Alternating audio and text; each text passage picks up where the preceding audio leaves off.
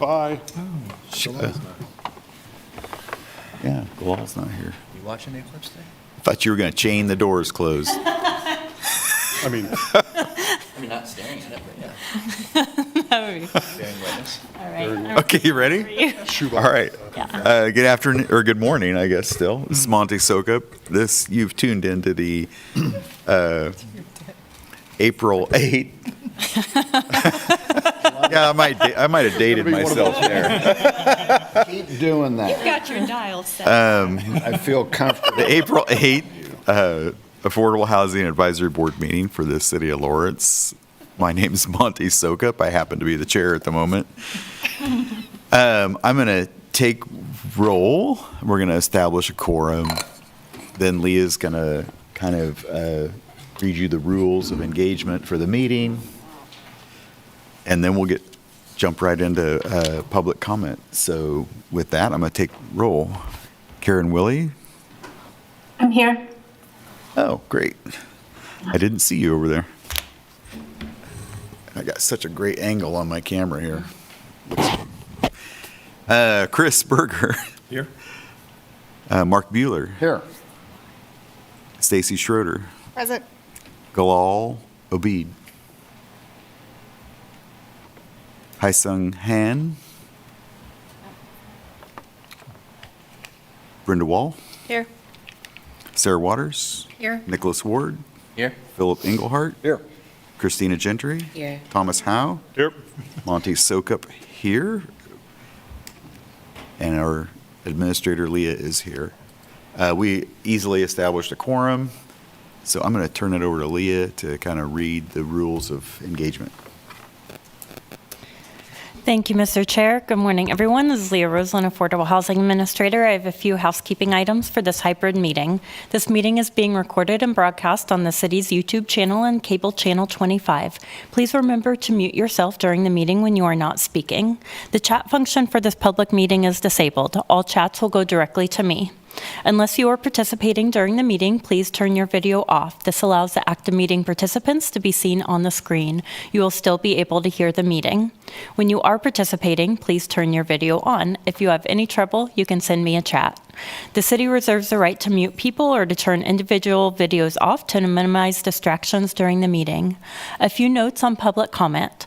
When the chair calls for public comment, individuals attending in person should approach the podium to speak.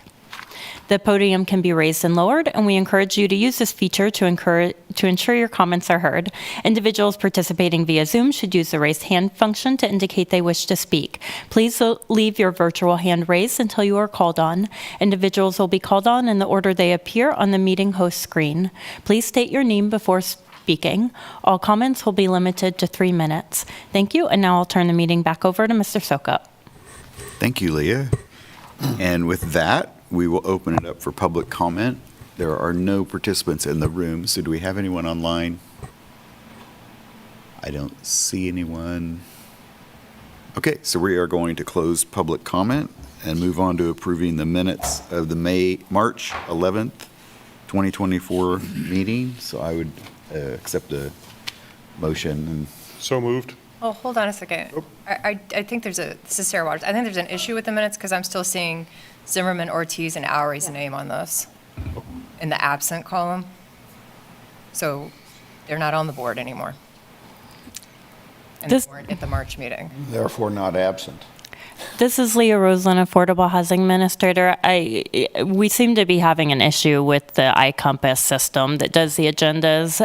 I've spoken with the city clerk about it 2 months in a row, and she's indicated that it's been corrected both times, but they're still appearing. So we will continue to work to get it worked out with our software system, but for now, marking them absent is unfortunately the best that we can do while we continue to work on that technical error. Okay, so we have a motion on the floor to approve the minutes. There's no second. Would you want to amend your motion for the correction for those present? Yes, I will amend that to Okay. correct, to remove those 3 former members. Okay. So I have a motion with the correction. That's fine. I just noticed So- it. okay. So I just No, thank you. didn't Appreciate fix it, that. So Second. Second, we got a second. Any other comments? All right, I will call the roll once again. Same order, so Karen, Approve. Chris, Abstain. Mark Bueller, Approve. Stacy, Approve. Brenda, Approve. Sarah, Approve. Nicholas, Approve? Phil, Approve. Christina, I approve. Thomas, Aye. Monty, approve. Motion passes 10-4, 1 abstention. All right, we're gonna move on to the regular agenda items. 10 in favor. 10-4, yes. Okay, sorry. 10 in favor.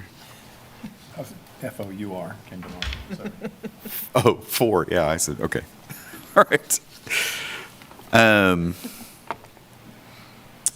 So we are, we're going to open a public hearing for the proposed substantial amendment to the 2019 Annual Action Plan for the reallocation of CDBG funds. And we have Brad here to kind of explain what that is, and then we'll, I guess we'll open, either I will or you will open the Sure. comment period.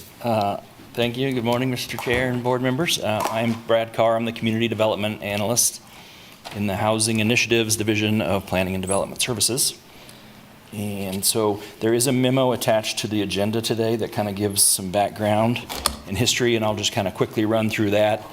Our main objective here today is to present to the community what we're proposing in this substantial amendment to our 2019 Annual Action Plan, and provide 30 days of comment period for the city to for the public to comment on that, and then we'll return back to the City Commission with the final, looking for final approval before we send this on to HUD. So just some quick background. In March of 2020, the CARES Act was passed, and HUD was allocated funds to send out to entitlement communities, which Lawrence is. And so in the first round of what they termed as CDBG-CV, specifically for COVID-related dollars, the city was allocated $446,184. The regulations stipulate, along with that come with those funding, is that it has to be used to prevent, prepare for, and respond to the coronavirus. So at that time, the city and county and hospital and school board and other stakeholders had created a unified command, and they had a housing and human services branch that put forth identified priority needs and put forth recommendations on how to spend this funding. And so at that time, they identified 3 specific areas that they wanted the funding to go to, and that was to identify and execute adequate measures to meet the needs of vulnerable people in the community throughout the incident, ensure continuity of critical housing and human services, workforce to provide community housing, sheltering, and food supports, and finally to identify, develop, and execute plans to address the long-term community needs, to house, shelter, and meet basic food, health, and transportation needs in our community. So they put forth recommendations. The City Commission then in June of 2020 authorized a substantial amendment to our 2019 plan to allocate those funds. And those funds were allocated to the Lawrence Community Shelter for some identified capital improvement projects that they had put forth. As of this time, that project is still in the planning stages. There's been some supply chain issues, some labor issues, and so we're still kind of working out. In the meantime, the shelter did receive other funding from other sources, namely the county had received some CARES Act funds that they had a tighter timeline that they had to spend theirs quicker, and they were able to allocate those funds to the shelter to take care of some of those needed capital improvement plans. And so as we're now still getting closer to actually getting to work on this project, some of the scope of work has changed, and some of the things that they've identified that they need, we can't relate to that COVID prepare, respond, and I always forget what the third one is. They call it PPR, prevent, prepare, and respond to the coronavirus. Mm-hmm. And so what the substantial amendment that we're proposing would be to reallocate 100,000 of those dollars that were originally of that 446 back into the city's line item administrative fund so that we can use those funds in a COVID-related fashion to have a housing study done here in Lawrence that would determine the effects of COVID on our community. And then in the meantime, those other identified items that the shelter has proposed that are not COVID-related, city staff is working on finding other funds, and we'll be back to fund those that are not COVID-related. They would be out of the general CDBG funding. And so more than likely, we'll be back to either you or the City Commission with another substantial amendment to move some funds out of our regular CDBG fund that were for other projects and move that back to the shelter projects. And so basically what we're asking is that we'll give 30 days for the public to comment on this. And the proposal to have that housing study does align with one of those items that the Unified Command had identified, develop, and execute plans to address long-term community needs for housing. And so we would like an opportunity for the public to comment on this. There's 3 ways that they can comment. They can either mail or drop off written comments to our offices at Housing Initiatives at 1 Riverfront Plaza, Suite 320. They can also be emailed to us at housinginitiatives@lawrencechaos.org, or they can have an opportunity today, a public comment, or when we return to the City Commission again, they'll be able to put in public comment at that time. There are no actions for you guys today.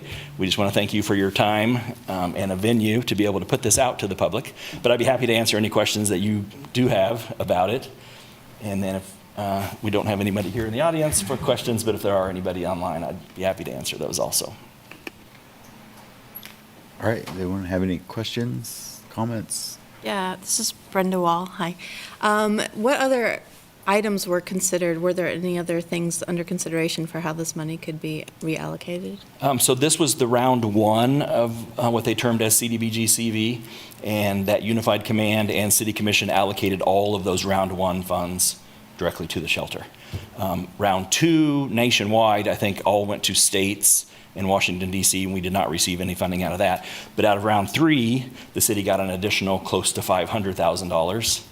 And those were put out once again, and those went to several different agencies in the community. We funded the health department with their mobile vaccination van. We funded some child daycare centers, Burt Nash. For outreach. Seems like there was one other possibility. HSC. The HSC got a large portion for rent and utility assistance. So that round 3 was where most of the other agencies were awarded funding. And one more question. When was the last time a housing study was done? It seems like there was one done recently, so I just wondered why the need for another one. The last one was actually funded through the AHAB, and it was, I believe, allocated in 2017. It was completed in 2018. So we're going on 6 years now, and obviously there's been some changes, COVID-related and otherwise, in our community on housing.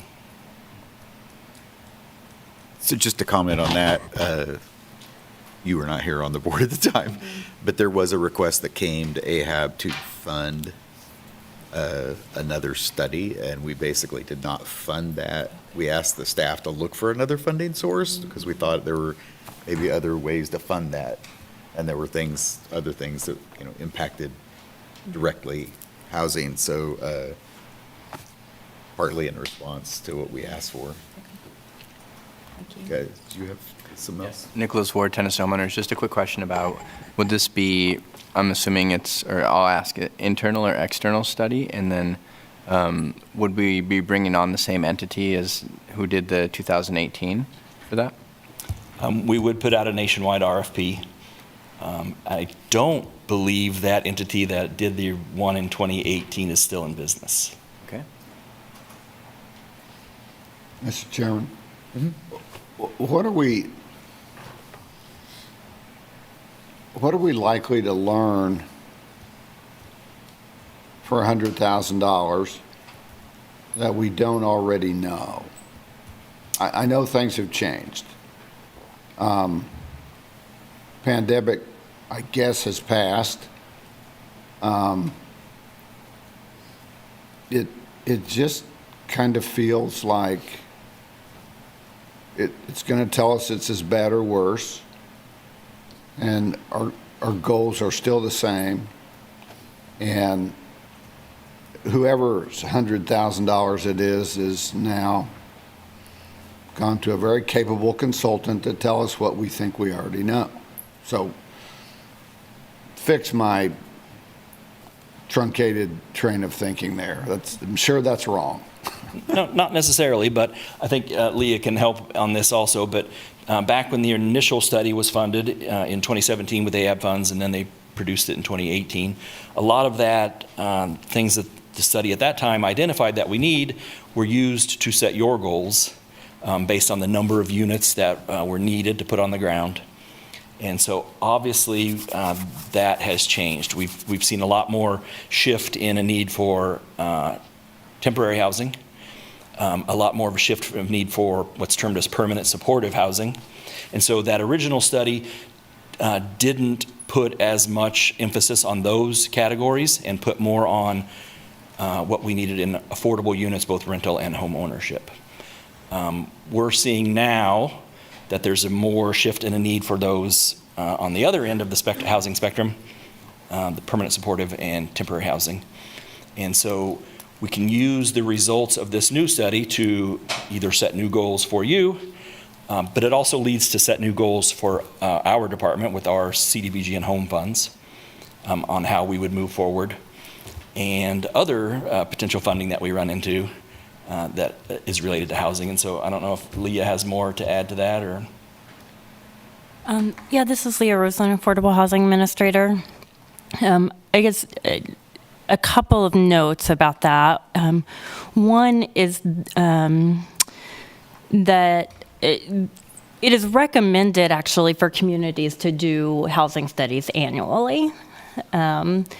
So having our last one done in 2018, I understand that that I have heard the thinking that the problem is so bad that if we just throw anything at it, that it's going to be better than nothing, and so why spend the resources on the study? But the reality is a few things. One, that the study that we did has been an asset and a benefit to a great number of community partners, not only the city of Lawrence, but a lot of the county, the city, our nonprofit partners, our community impact, other grant-making partners have all used this study to understand the housing market and housing needs in Lawrence. We all understand that the pandemic substantially impacted the housing market. Not only what happened in the market, but it has impacted population growth, it has impacted income, it's impacted availability, it's impacted need, but we don't quite know how. So those original estimates that were given in the study in 2018 did not anticipate for a pandemic. Secondly, that first study was kind of like a more wider view to get just a general idea of what was happening in the Lawrence housing market, because we didn't know what we didn't know. At this time, we have a need to go much more detailed. So one of the goals of the City Commission has been to develop private-public partnerships. So what we need to know is really specific data for working with developers who do want to know how many number of bedrooms, what specific neighborhood and what specific part of town, what is the right amount of subsidy per unit, per bedroom, that level of detail that really we have been doing our best to analyze and work with. But at this time, with resources so limited, I want to make sure that we are really putting the smartest investments into every project that we fund, and without really knowing those details, we don't really know. We're just hoping that we're doing a good job. So finally, I would say that this study, folks working in housing and homelessness recognize the need for the study. It's a goal in multiple aspects of the Place for Everyone housing plan. Not only the affordable housing group had this as a strategy to reach our goals, but the supportive housing group, the emergency group, because again, folks trying to create more housing for the hardest to house people recognize that there's just essential data that we're missing to be able to do that. Thank you. This is Stacy Schroeder with Lawrence Habitat, and I can share too. I have it as a tab on my laptop because it does help us with other grant writing opportunities. And so when we are writing grants for other funding outside of the city of Lawrence, it's really great to be able to reference that information. And when you report information from 2018, when you're trying to get a grant in 2024, there is some space in that. So it is helpful as just a partner as well. Yeah, I was just going to kind of say the same thing. I think when we talk about trying to bring LIHTC funds and those kind of things, having that relevant data helps those applications along that isn't even for us. I mean, it's us getting federal funds by having that kind of data available that other communities, frankly, just don't have. I had some questions to Christina Gentry, and I was in support of us having data, but wanting to know, and I was one of the people who voted against this movement because I think we had some expertise here that shared with us that we would rather have the monies that we had for our AHAB collected of tax dollars be used immediately for something that we felt was emergency. And this, to me, looks like a great way that we had talked amongst ourselves, decided that there could be other ways, and then you came back to us with other ways in which the money could be useful. So I appreciate that. I recognize, too, having data that's recent and it is significant to our community is imperative. I'm curious about, I know that we're going live with this bid and going external when we look at contractors for this opportunity. I'm curious of what tools we'll be using to disseminate and to collect and aggregate that data. As we know, we have worked with partnerships as far as toolkits that are useful. I'm thinking of GARE, the GARE, the equity and things that we've been moving forward to understand what is useful tools to know, because collecting data is one thing to have that information, but we need to disseminate, aggregate that data as it's reflective to some of the goals and the objectives that we want to meet in our 2024 to 20 beyond plan. So could you tell me, maybe not the external intern or the contractors you're thinking of, but what tools are you using to decide if those are the good contractors to support this work? Actually, we just had a staff meeting, Leah, Danny, and I, and some others in our department, and on a different topic, but similarly related. So the city is currently formulating a plan for their home ARP allocation, what is termed. Yeah, and that was not CARES Act, that was under the American Rescue Plan funds that the city received. And those, the city received about $1.6 million.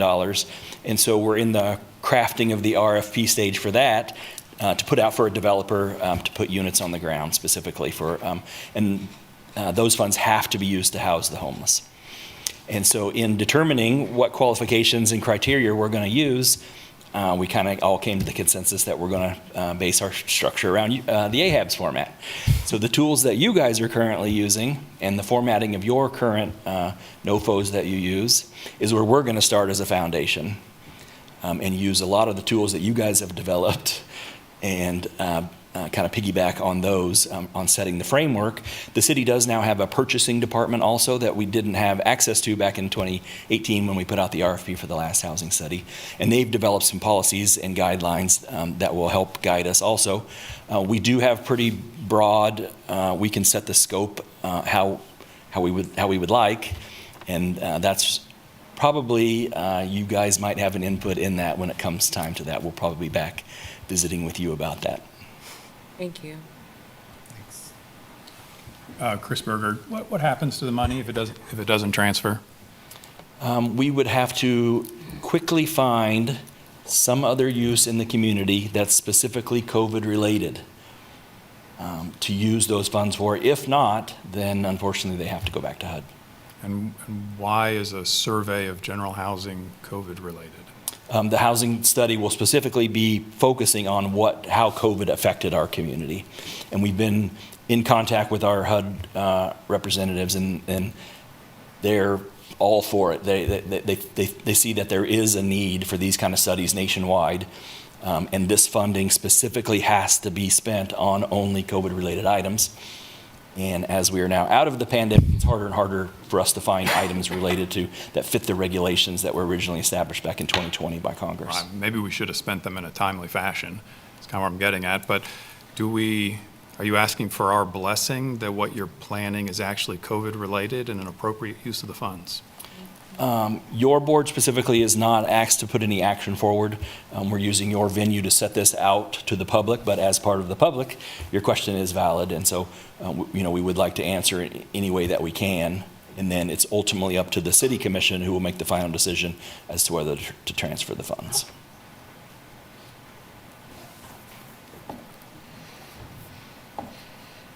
All right. With seeing no other questions, we're going to close that item. All right. Thank you, The Brad. only other thing is I'll just Anything remind else? the public that they have until May 9th Okay. to submit public comment on this, and then we'll return to the city commission with all the public comment that we received on May 21st. Okay, great. Thank you. Brad. Nice job, all of you. Thank you. Thank you, Brad. All right, we're going to move on to item number 2, which is review and approve the AHAB goals and strategies. If you recall, we have 2 strategies left to review. I would like to spend about no more than 30 minutes on each. I'm not trying to limit you, but we really have to get this done at this meeting so that we can stick on our timeline for our NOFO going out, because it's needed for that. So we're kind of at the end of the line here on getting these kind of hashed out. So I think they're the first 2, and I know everybody's looked at those, but Leah, do you want to put the first one up? 1 or 2, I don't care which. This is Leah Roseland. Mr. Chair, the goal 2 is up. Okay. Do you want me to share screen? Yeah, why don't you read through it real quick, and then we can open it up for comments and modification and wordsmithing, whatever.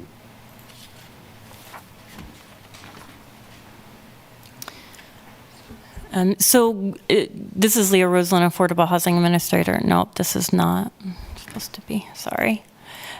Goals 1 and 2 are fairly similar in terms of the strategies. Goal number 2 is in regards to rentals, while goal number 1 is in regards to home ownership. And just want to note a couple of items that you may want to discuss. One is the AMI limits for rentals versus home ownership, and potentially even discussing modifying the home ownership goal number 1 AMI limits. The second that I will call your attention to is the output goal in terms of how many new rentals and home ownership units we are targeting, particularly in consideration around the 200 number for home ownership units. And I'm sorry about this typo.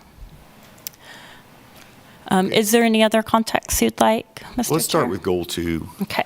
Well, real quick, Nicholas Ward, Tennis to Homeowners, Leah, you mentioned, I'm glad you touched on this, but in goal 1 for the AMI consideration, I just wanted to give a little bit of context to what Leah mentioned there. From Tennis to Homeowners perspective and developing new housing and selling that affordably, we've seen a significant change in the last 5 years with construction costs, also with the increase in what people can get for financing, the percentage rate that they're looking at, where in the plan, I think it looks nice and it's like a hopeful thing to list 40 to 80% for AMI, but the reality is that we're barely getting to 65% with homeownership. And the only way that we're doing that right now is if it's somebody downsizing, like a senior downsizing, and they're able to bring some existing equity they have, or if we have someone that has family help and they're able to do a significant down payment. But aside from that, realistically, what we're looking at is 70% of AMI and up, which is hard to swallow because, right, we're starting to look for home ownership. If you don't make 70% of AMI, you're not going to be able to get into a house, even with significant subsidy, even with a subsidy that's between $45,000 and $75,000. So I think we have to consider, the kind of hopes and dreams of who we would wish could be in housing, and when we're setting these priorities, who actually and align those things together in some way. And there's a consideration too that, based on what we're held to with how we're able to utilize our funding, but we might start looking at things above 80% as well. Because it's hard for folks on the market who make 100% of AMI now to purchase a house that meets their needs, it's in good condition, that will be able to serve them for a number of years. And so, unfortunate that that's the case, but that's kind of what we're looking at. So I just wanted to put that out there. And I can, if anybody wants more stats, that's really where we're at. I think the last house that we sold that was under 65% AMI, somebody brought $25,000 down on a house that's already subsidized by like $60,000. So that's where we're at. Mr. Chairman, could you convert all those percentage of AMI into the real numbers? Yeah. In other words, like the last one that's in your head there, could you go through that one, the price, the down payment, the subsidy, Yep. and then the income that the people moving into it were doing? That would really help me. I can give you like pretty, not Yeah. exact, but rough. Oh, yeah, close. Give me close. So, I have the exact number pulled up. yeah, do you want to do exact number for like 60 to 80 on for like maybe a single person and then a family of 3, something like that? So I have 50% for a family of 1 or a 1-person household would be $33,150. For a household, 33,150, yes. meaning 33,000 income, 150 house? No. No. $3,150. Oh. Yes. I want you to go back to your example that you just used. The last time we did it, somebody brought 25 to the table. Could you, I don't want names or anything, but could you give me their income and kind of paint the real estate scenario for us? Okay, so this is a new development that, okay, thank you, Leah. This is in a new development, brand new energy efficient house, 2-bedroom. Okay. And the space where we're developing these units required some significant infrastructure. So think of it as a cul-de-sac, we'll say. So the street had to be laid, all this new work is put in, which also means great, that sewer's new, everything's new. But that has significant costs related to it in terms of just what it is to get that infrastructure established, which anybody who does that work knows for sure. So this particular unit, what's the difference there? With that considered, with the infrastructure considered, and the price of the lot considered, and the subsidy that was brought to it considered, cost us $235,000 to build that 2-bedroom unit.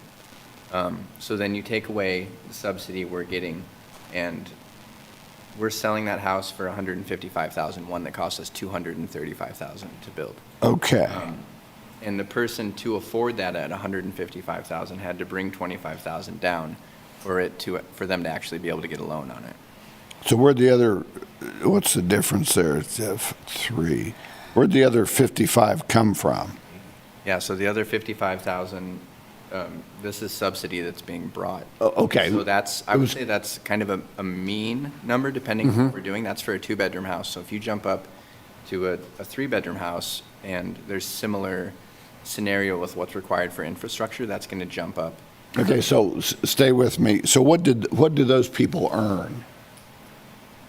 Or close? Yeah, so this That person was at 62.45% as a single person of area median income. So, Which is what? Lee, are you able to get roughly what? Yeah. 35,000. I think it was around 43. 43. Okay, thank you. Sorry for this, but so someone making $43,000 was able to buy a $235,000 house, but their true cost was $155,000, and they had subsidies that total around $80,000. Yeah, and the truth of the folks that we're serving is most of them don't have family support or some kind of significant. Oh, I get it. Yeah, so it's get like, in most, I'd say in 90% of scenarios, you have to take that 25,000 away. And Right. that's where we have. And that's where the gap is. We can't help them because we can't build anything for $235,000 anymore. Yeah, I mean, I think that's where we're getting is, it's right around that number. Or if you jump up to a 2-bedroom, maybe we're looking at like 260 to build a single house with The infrastructure. bottom line of that is if we want to serve that AMI, Yep. the subsidy has to grow significantly. And that's a real conversation, because do you want to be throwing $90,000? Right. I mean, that's the real question. I mean, we Yeah. can serve that AMI. You just have to pony up and have the subsidy to do it if you want to put that in our goal. And I think that's a real consideration for AHAB is like, not necessarily like bang for your buck, but how many houses do you want to do and at what percent AMI do you want to do them at? And then how much do we have to allocate? And so that's our conversation. It's the classic, let me finish the note. It's the classic, we have $1 million and we can kind of help 10 families, really, $500,000, and we can help 10 families really well. Or we can do the mass help and help a whole bunch of people and not much, and their chance, quite frankly, their chance of getting over the fence is harder. Because. Or we're jumping the AMI up Yeah. to 90%. Because we're fixing a screened-in porch in a rental property that they're creating no equity in. That's kind of where I see it. You could help somebody be an owner, or you could keep people surviving in place, and where, the moral balance on that's kind of hard. Yeah. So my question has to do with what our objective is at this point. So our goal is average of 40 houses a year to do this, right? I mean, that's what goal number one says, is 200 houses over the next 5 years. Is that realistic?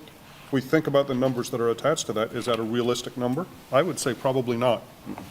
I don't think it is right now.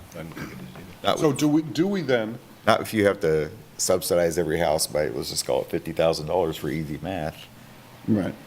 We don't have the money to do that. right, It's simple as that. so do we then amend the goal?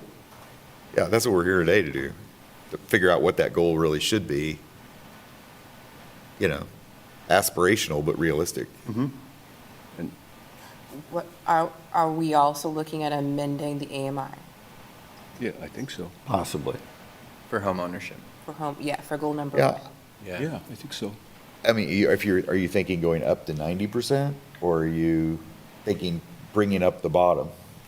I'm thinking of listening to the experts and the expertise in the room, speaking of how 40% is not really a realistic Right. AMI based upon the Right. math that I just heard Nicholas speak on. And if there's others in the space of home building, please speak up to that. And I think this conversation is worth having, that we could talk about adjusting our AMI for home ownership. We have, Does the I low, have a question, Mr. Chair. Yeah, go ahead. It's if there are any federal standards for this goal that we're looking at, and I'm thinking it probably does go a little over 100% AMI, but are there places we can look for that information from communities that are already doing this, or federal standards or something? I would say, Brad, do you have anything to chime in with that? So we do use our home funds that we receive from HUD for development of units. And those specifically are capped at 80% AMI. We cannot go higher than that. So if you're setting aside a pot of money and we're also contributing, commingling these funds, then we're going to have to follow that federal regulation, and that homeowner will not be able to go to the limit that you've changed to. If you're using your own pot of money and the federal funds are not involved, then yes, you would be able to establish whatever AMI best serves our community. And I might suggest that it's not that the homeowner needs to get to there, it's that we need to know who we are serving. Because if you've got somebody who comes in at 90% AMI, if the federal funds are there, it's not the homeowner that we're dealing with, it's the fund source. Right. So the low end of the spectrum, is that actually relevant, though? I think It's the upper end that we're concerned with. I think the low end of the spectrum is relevant because here we're stating that we want to be serving folks from 40 to 80%. What I'm saying is, Can't do that. we will not be serving anyone below 60% with Right. homeownership. Right. So we might as well amend that goal so that we're not, We wouldn't want to preclude somebody who is at 40 that somehow it fits together. Right, that somehow maybe they come in with equity from us, from. Somehow. Yeah. I hate to prevent somebody. Yeah. Certainly in the lower end from having access because we set an otherwise arbitrary kind of figure. Well, in that case, why would you even have a lower I don't know. end? Because, again, with that situation where maybe somebody is at 20% of AMI, but they have some equity that they can bring to it, and they fit all of the other guidelines, why wouldn't you serve that? so then you could say below 90% or below 100% or something, if you Yeah, want to you go could that just route. Under. Under, Right. yeah. I think the true answer, and being probably too judgmental on it, is as you go in a lower end, it's just a hidden discrimination is all it is. 10, 20%, something of that nature. Yeah. And I think the difference is, I mean, in experiences, with someone having a significantly lower income, what's incurred with homeownership in terms of regular costs and maintenance and all of that, that you start to, are you setting someone up for financial failure? And that's a big part of the consideration, not just get them into a house and kind of high five yourself for the effort, but is this a sustainable thing you've set someone up with in terms of expectations for them and what they can meet Like financially? your organization itself, what covenants do you put on the properties that you sell? So we're a community land trust, so we have it built in that the affordability is permanent, so we have there's kind of a shared deed on the land in a way, so when it resales, we're administering that transaction to someone else who also meets that affordability range in the future. There's also that we Does do. the existing homeowner get to keep all the equity? They keep all of their equity plus 25% of the increase in value.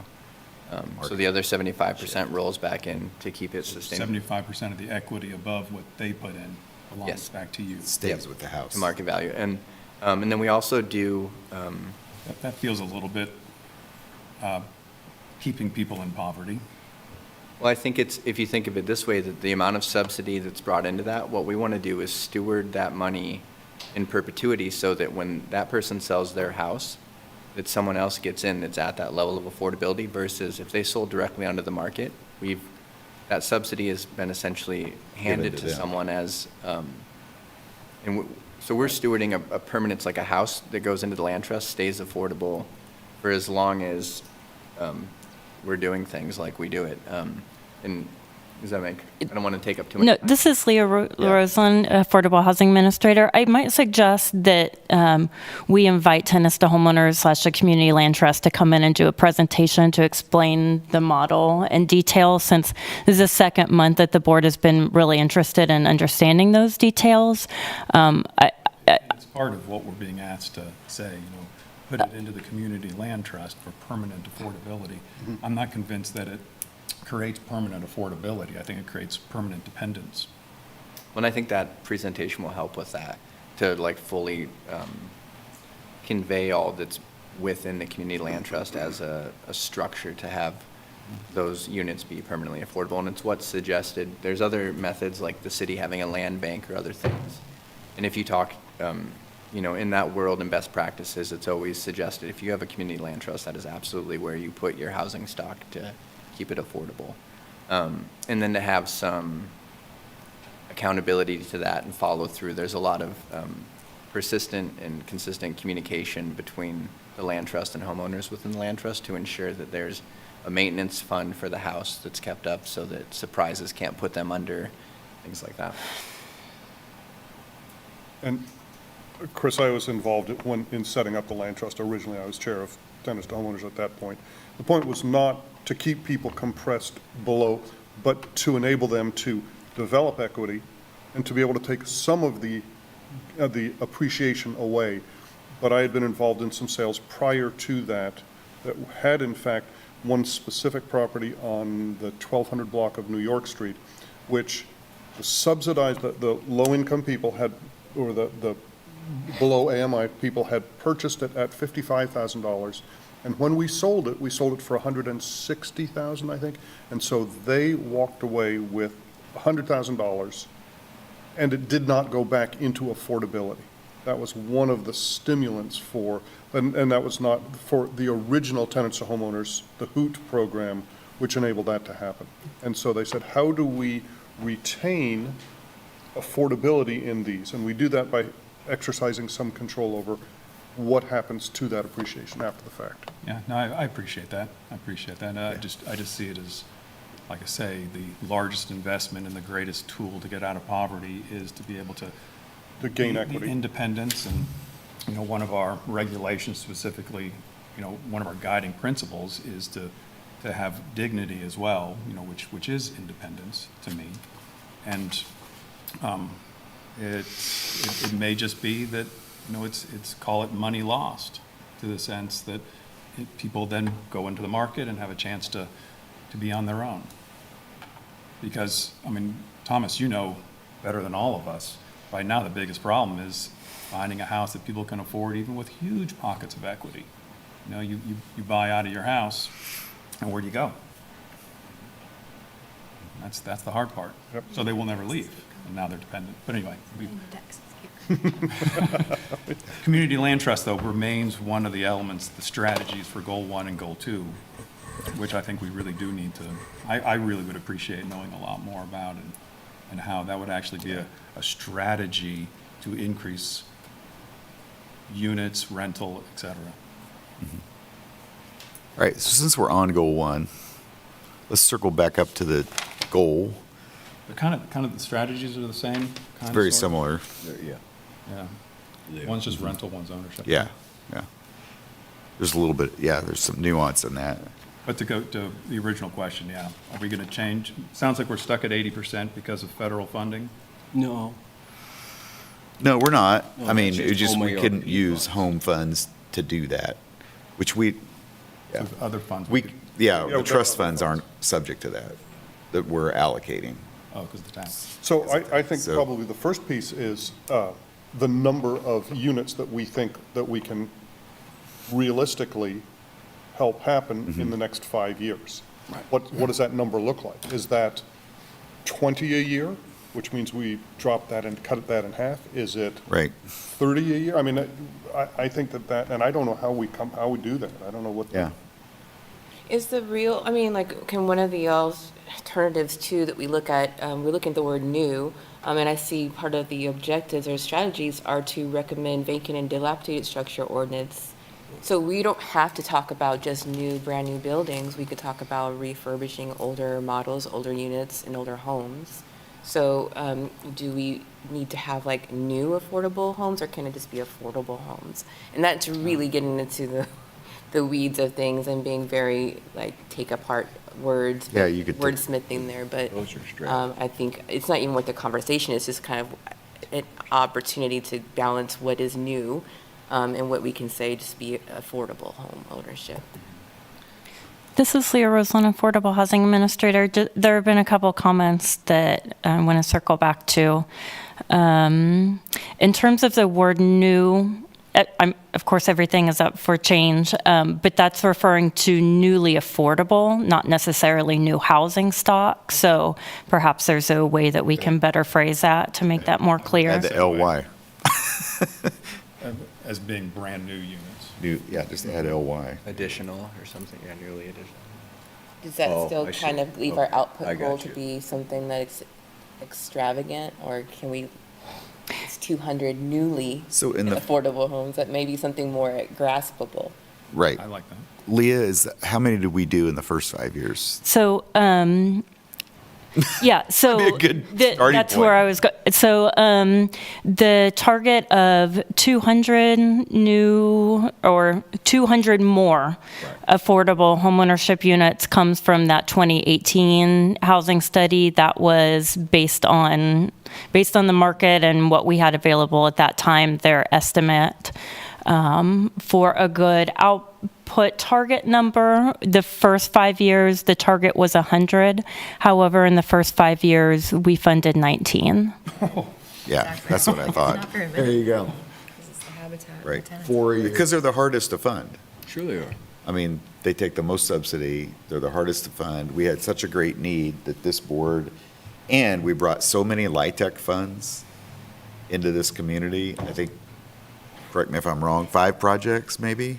5 LIHTC projects in 5 years that we felt obligated to fund, and when the feds are giving you 11 or 12 million dollars, and we could provide a few 100,000 or even, and get 200 units, we felt to put units on the ground, that's what we did as a board, It is what it right or is. wrong.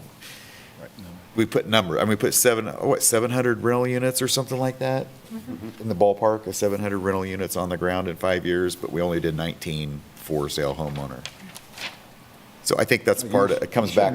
Shouldn't apologize for that. No, we shouldn't. I'm not. I'm just telling you Just the why reality, that yeah. number's The 19. reality of what happened. And that's a reality of what happened. And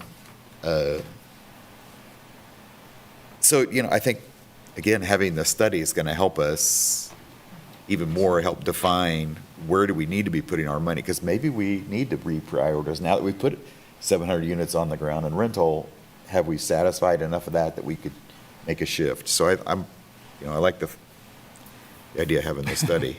So just kind of doing But- the math, if we figured $70,000 per unit to maybe sort of make it affordable, that's Yeah. $14 million. Right.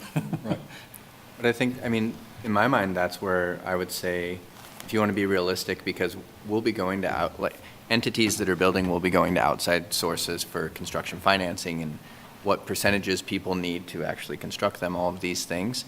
You realistically have to look at, let's take them in between and say 60,000. Well, take 60,000 times the number of expected units and then find out where that meets up with what will actually be available through AHAB in the next 5 years and see if that expectation of what's being built meets the expectation of what we're going to be able to fund and the percentage of AHAB funds that we're going to be kicking into home ownership versus other things. And if there's a big discrepancy between what we expect and what's available, there's a big discrepancy between what we expect and what's available. Right. And How do we reconcile that? We're not the only source for that $14 million. We are one Yeah. source.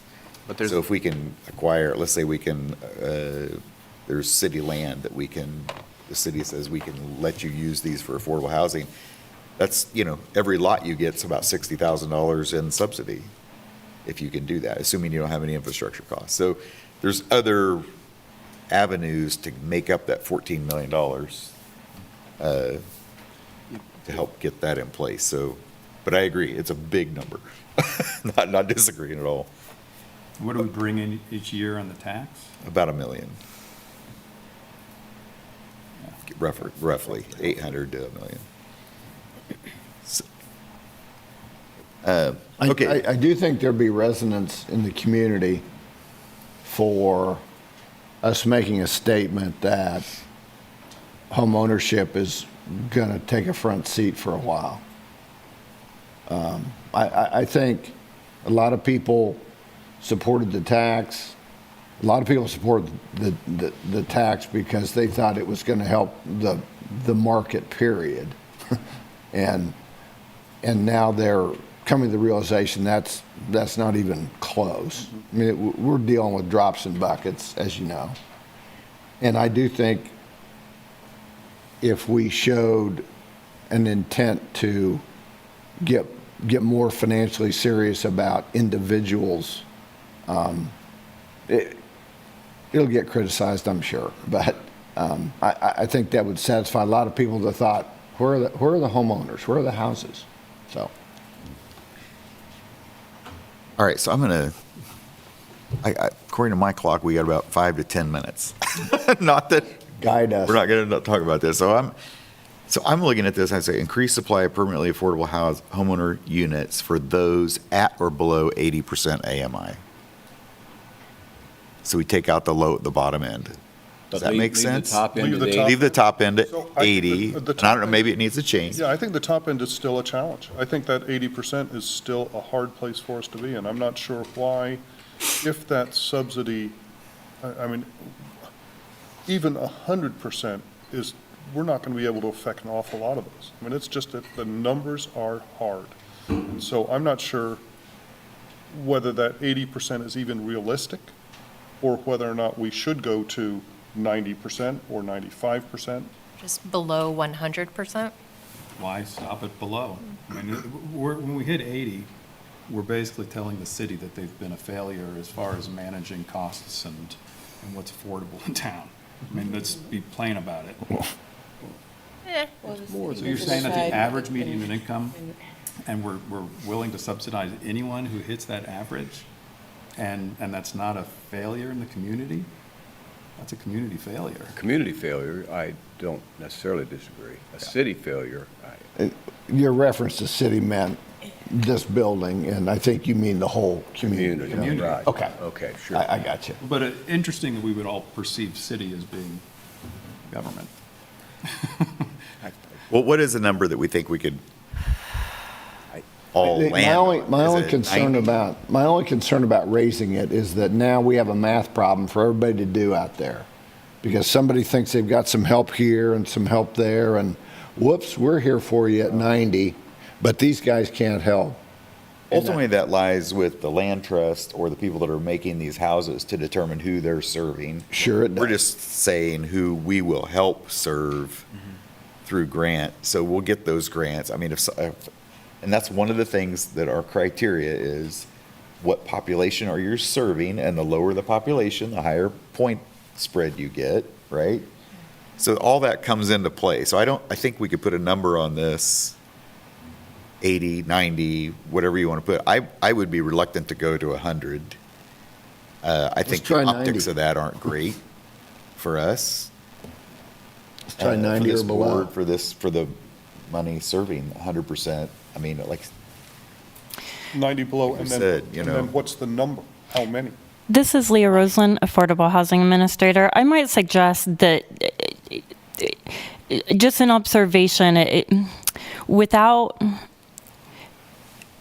so I might suggest that since the last really good data that we have is from the 2018 study that made recommendations for the trust fund, and it suggested that 80% or below AMI, that the board consider staying with that until the updated study is done. And so we have those numbers to be able to have some confidence in the targets, because I hear some guessing or estimating, and we might want to consider having some more confidence in the numbers. Is there a reason we have to have anything?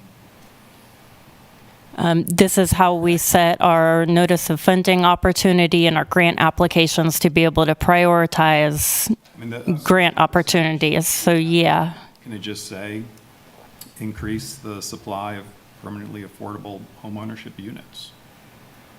Or is that like a grant application huge snafu?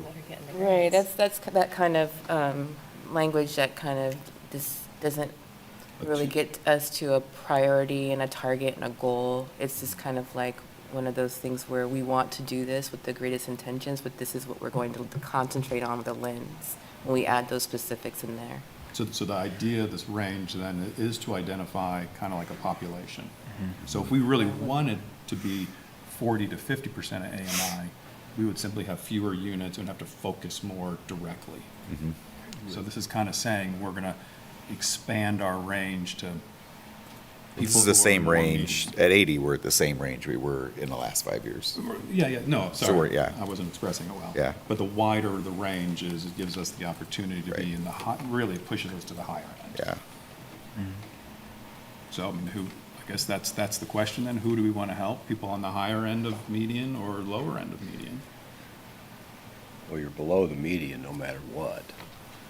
I mean, as long as you're less than 100, Yeah, and again, it comes back to the people making the applications that are going to tell, I mean, they know who the people in the pipeline are that are qualified. You know, if you're qualified at 40%, they're going to do that. If they don't have anybody at 40%, they're going to do somebody at 60 or 80. Because it takes a lot of things to get in line, be aligned, to get people that are struggling in this way to be able to be successful, like. And I think, you know, each organization has discretion with how much subsidy, depending on what they have available in their pipeline, to put into an individual house. But I think it gets down to a consideration of, we also are charged with trying to build as many houses as we can. And so it's really hard to swallow when you have to throw like 80,000 of subsidy into a single house, because if you just jumped it up a little bit, that's 2 houses at 40. You know, it's like all these things are things we're thinking about a lot and being like, oh my gosh, this family really needs to be in a house, but at the same time, you know, it's a lot to It sounds balance out. strange, but is it helpful to you to have a narrow range? No, I think, like Brad said, you know, we know if it's up to 80% that we can pull from those federal funds if there's still some available, if we haven't utilized all of them. And then we know if we're stepping above that, that we have to look to other sources. And so that we already make those distinctions on our own. I was just saying in here, listing 40 specifically as a number seems really unnecessary. So just letting it be up to 80 or up to, I think with Leah's suggestion, having actual data to inform our number makes more sense than We have a new number. throwing out a random number. Okay, I'm going to try to move us on. Anybody objecting to where this stands right now at 80, at or below 80% AMI?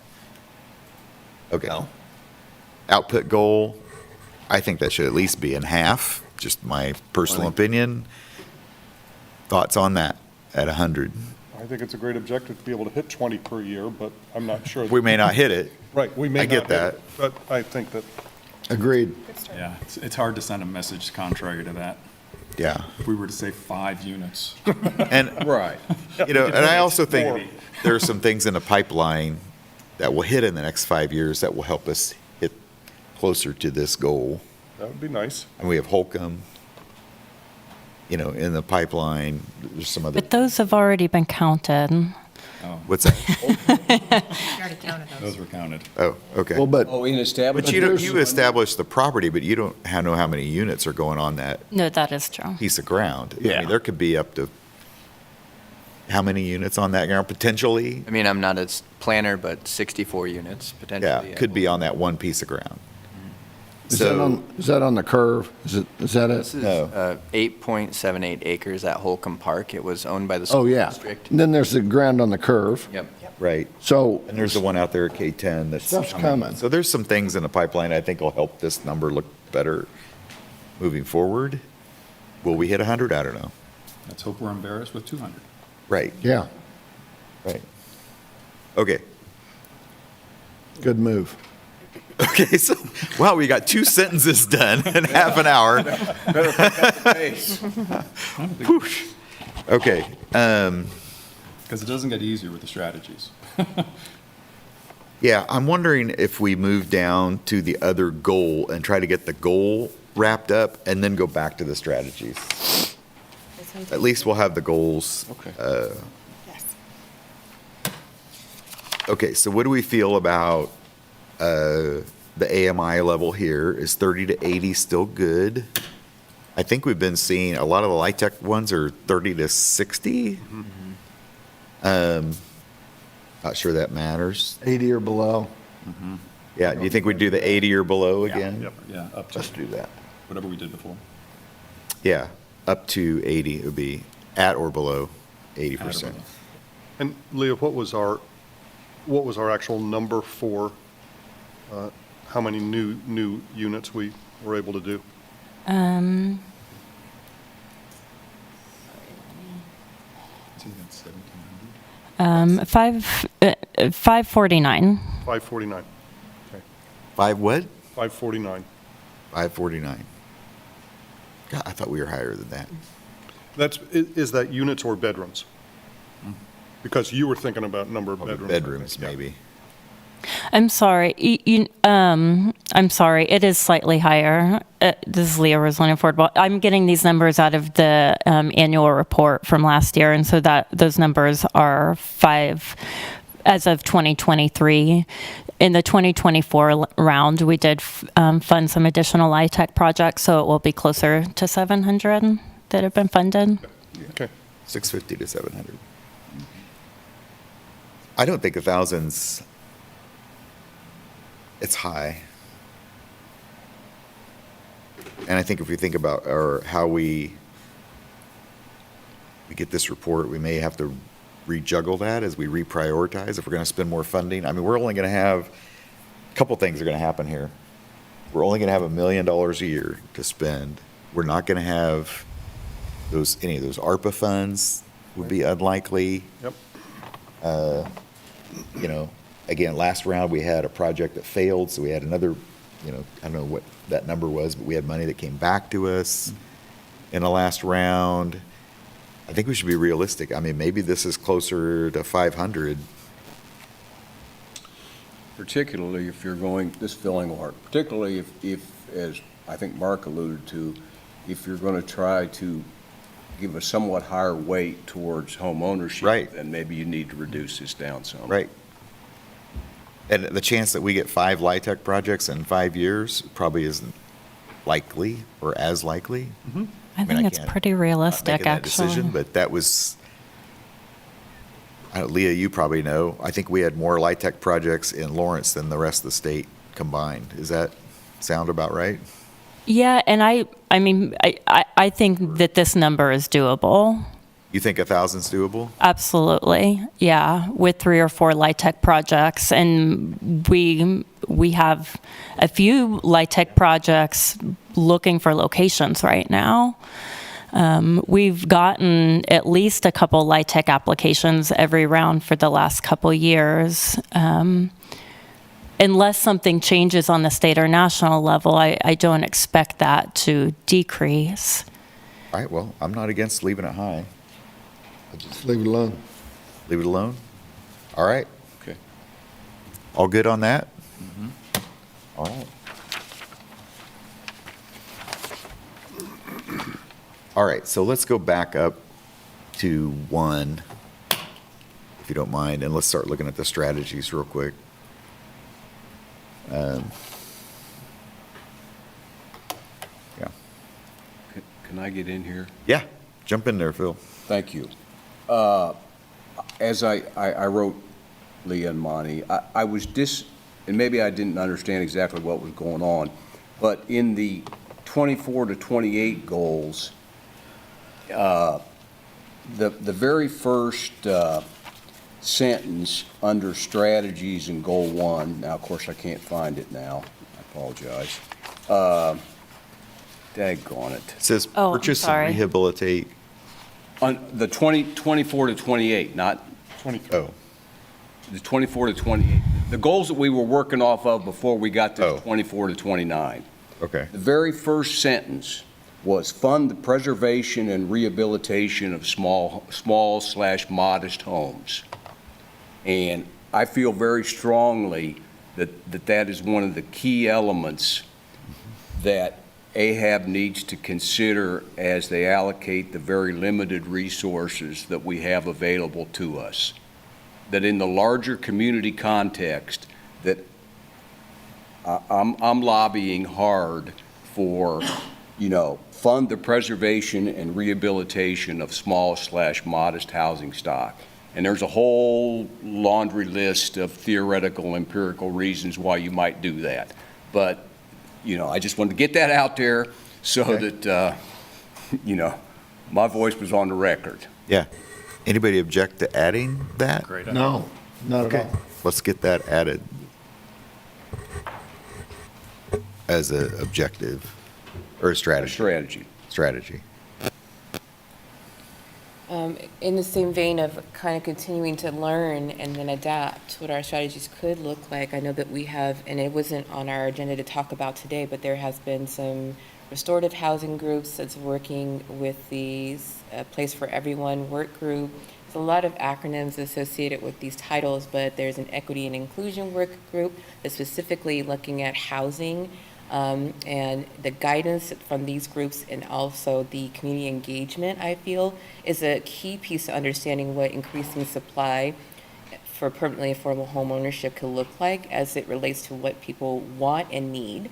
So maybe being adaptable to these, I know community engagement is part of a strategy, but it can be embedded into each and every one of these goals, is to always look at what community engagement is bringing to us to help us understand more of the data and the how we even look to make these output goals to be more solid and reachable.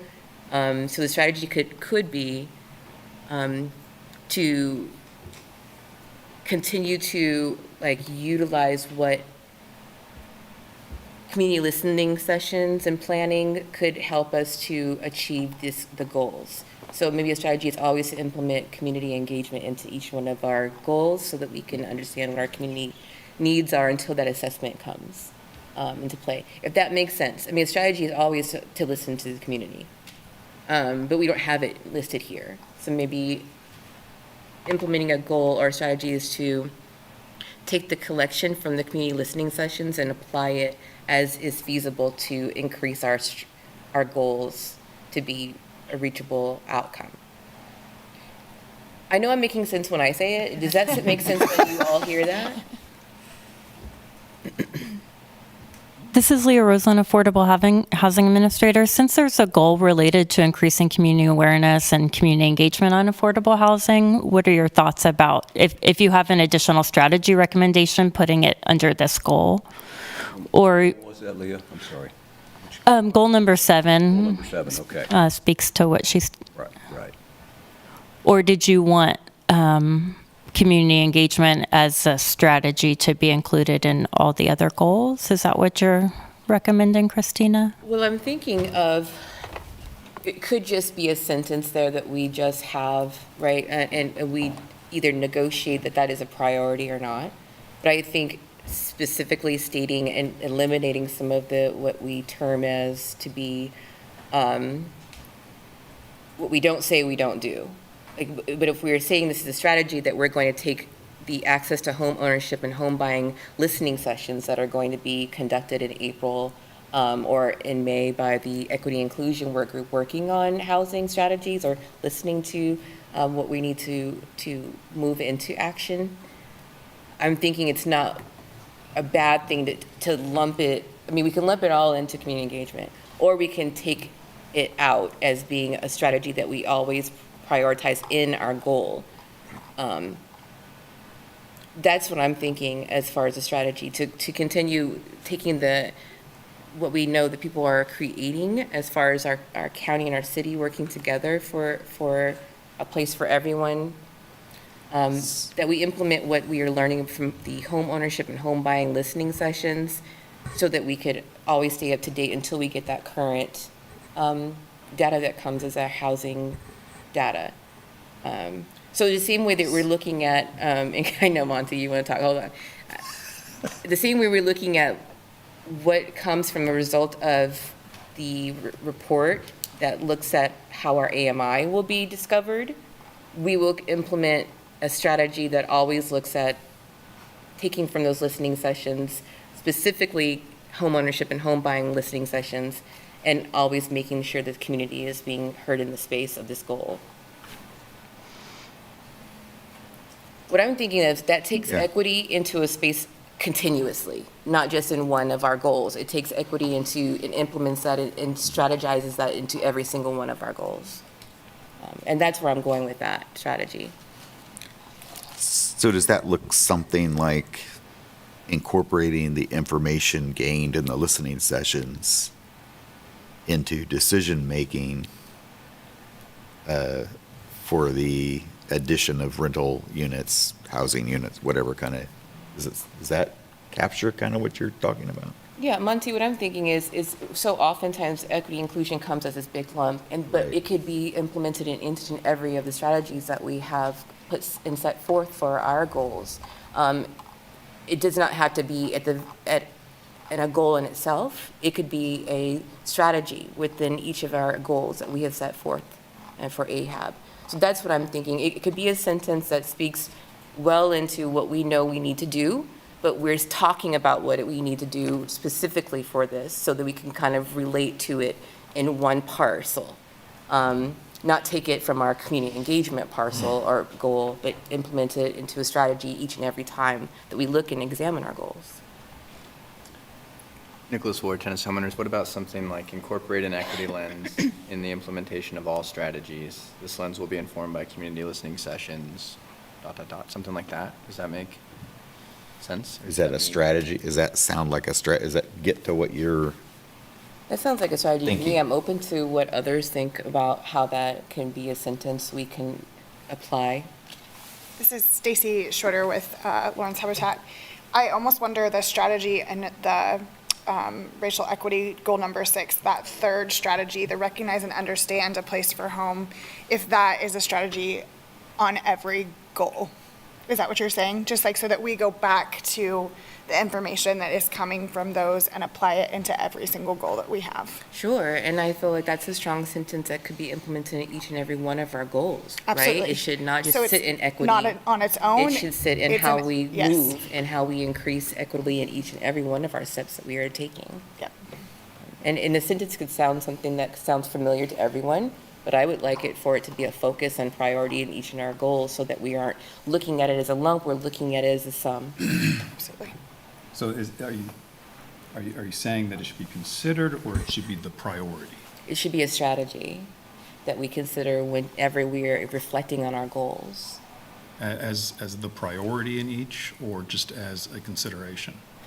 I don't feel like each and every one of the strategies listed here are not priority worthy. What I would like to see is just, and as we're talking, I think I'm even more engrossed in wanting to see that as a strategy built into each of our goals. Equity should not be an afterthought or something that we lump into a community engagement or specifically to an equity goal that we have.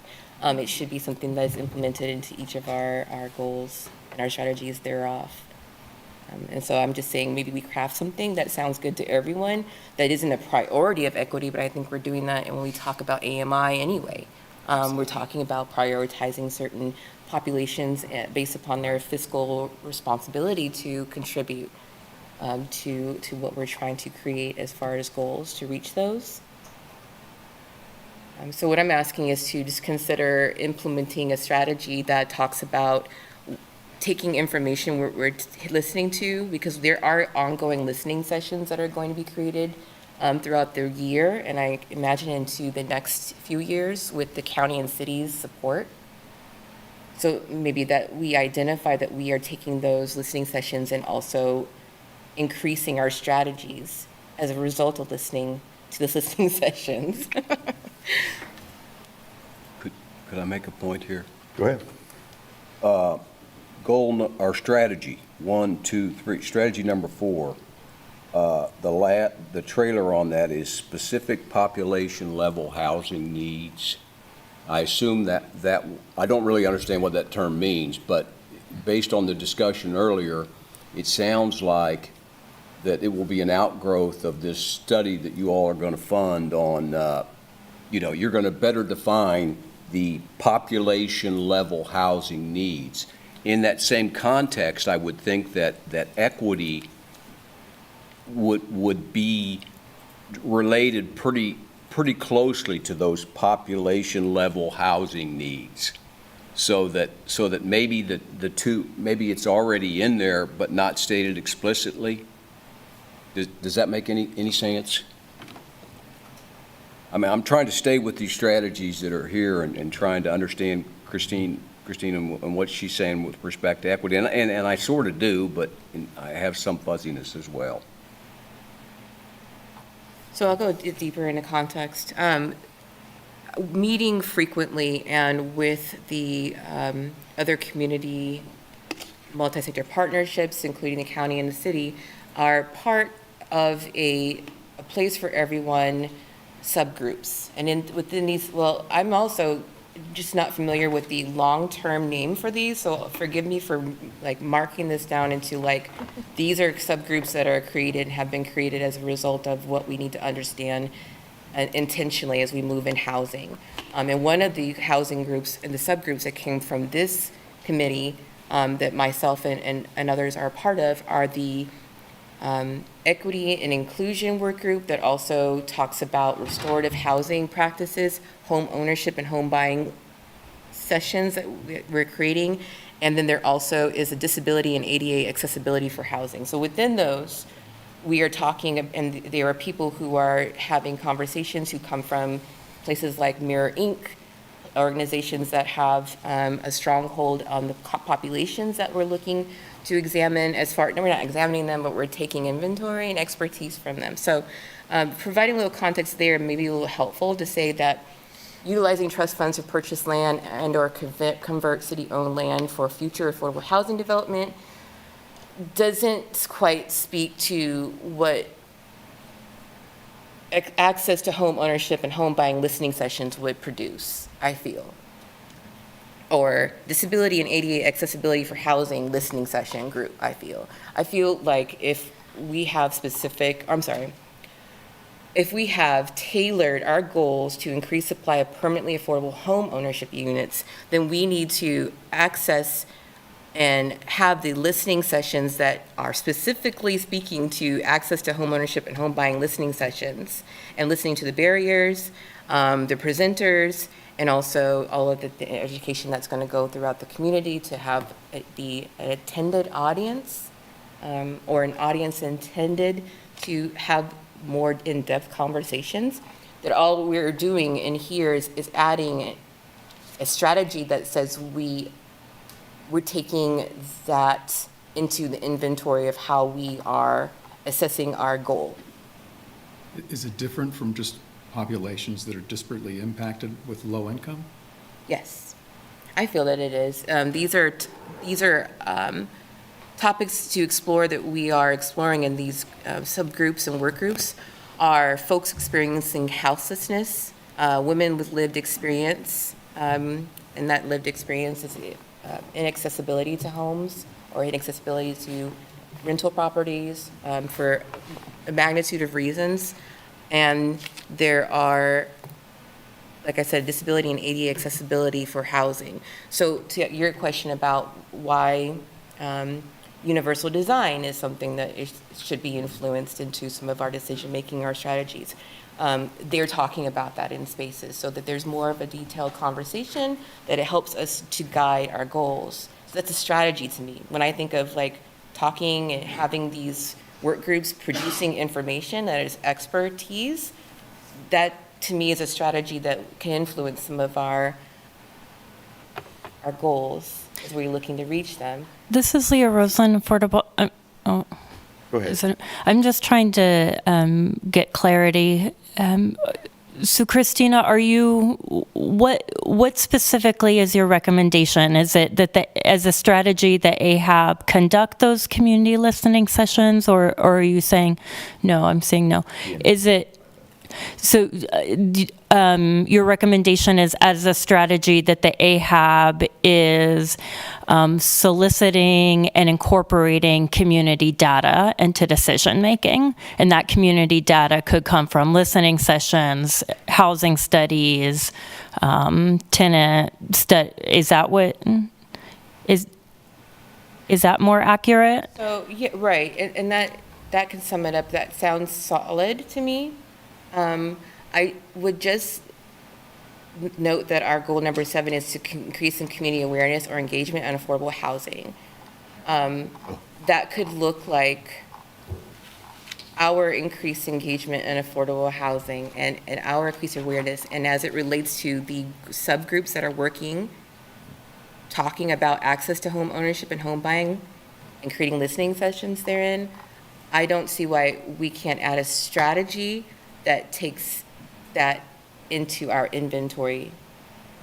Okay. So I think Nicholas had a strong sentence. I'm not going to try to craft a sentence, but maybe there's something that we can look at as a strategy for that. Karen has her hand up, so I'm going to give Karen an opportunity. And then think about... I did, and I wanted to back up what I think I'm hearing from Christina and specifically name those work groups as something that we expect to listen to and react to. I think maybe that's the piece that's missing, is that these work groups have a lot of community effort, and I think they'll get a lot of output from it, and maybe that needs to be specifically said, not just that we do work groups, but that these work groups that are already formed need to be able to inform the process. Is that helpful? This is Leah Roslin, Affordable Housing Administrator. I might suggest that we come back to the goals and strategies. One of the agenda, and I hear it. I hear members talking about details of the Place for Everyone plan and the details in terms of like who's working on that, work groups. That's in the last agenda item, is to have that presentation so that the board understands the Place for Everyone plan, what those work groups are, what the goals are, and the AHAB's role in that.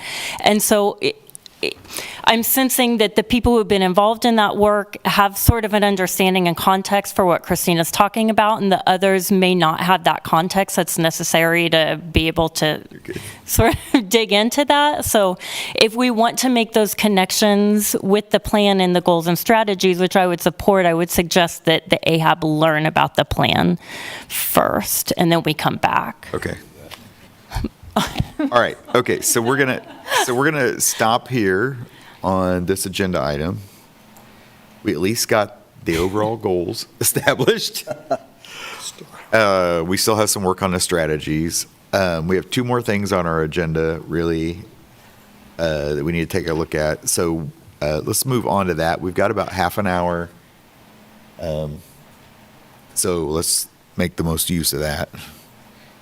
Okay, so we're going to discuss and approve AHAB CIP fund project goals, grant review proposal, and selection process.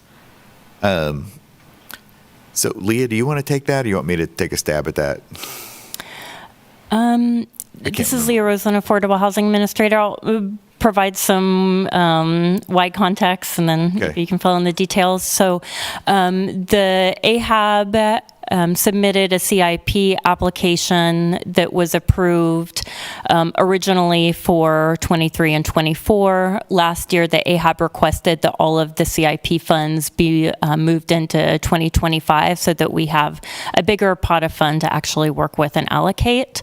There's $350,000 available for the AHAB to make a recommendation towards for a CIP project towards affordable housing. The AHAB decided to form a subgroup to form some initial recommendations to take to the AHAB. That subgroup has been Nicholas and Monty. And the recommendation is to do a RFP process to solicit projects for the CIP funds that would go out concurrently with the 2025 Affordable Housing Trust Fund application, so that applicants could submit one application and ask for essentially two different pots of fund, one for development or construct or whatever it is in alignment with our other goals, and the other would be infrastructure to support those projects.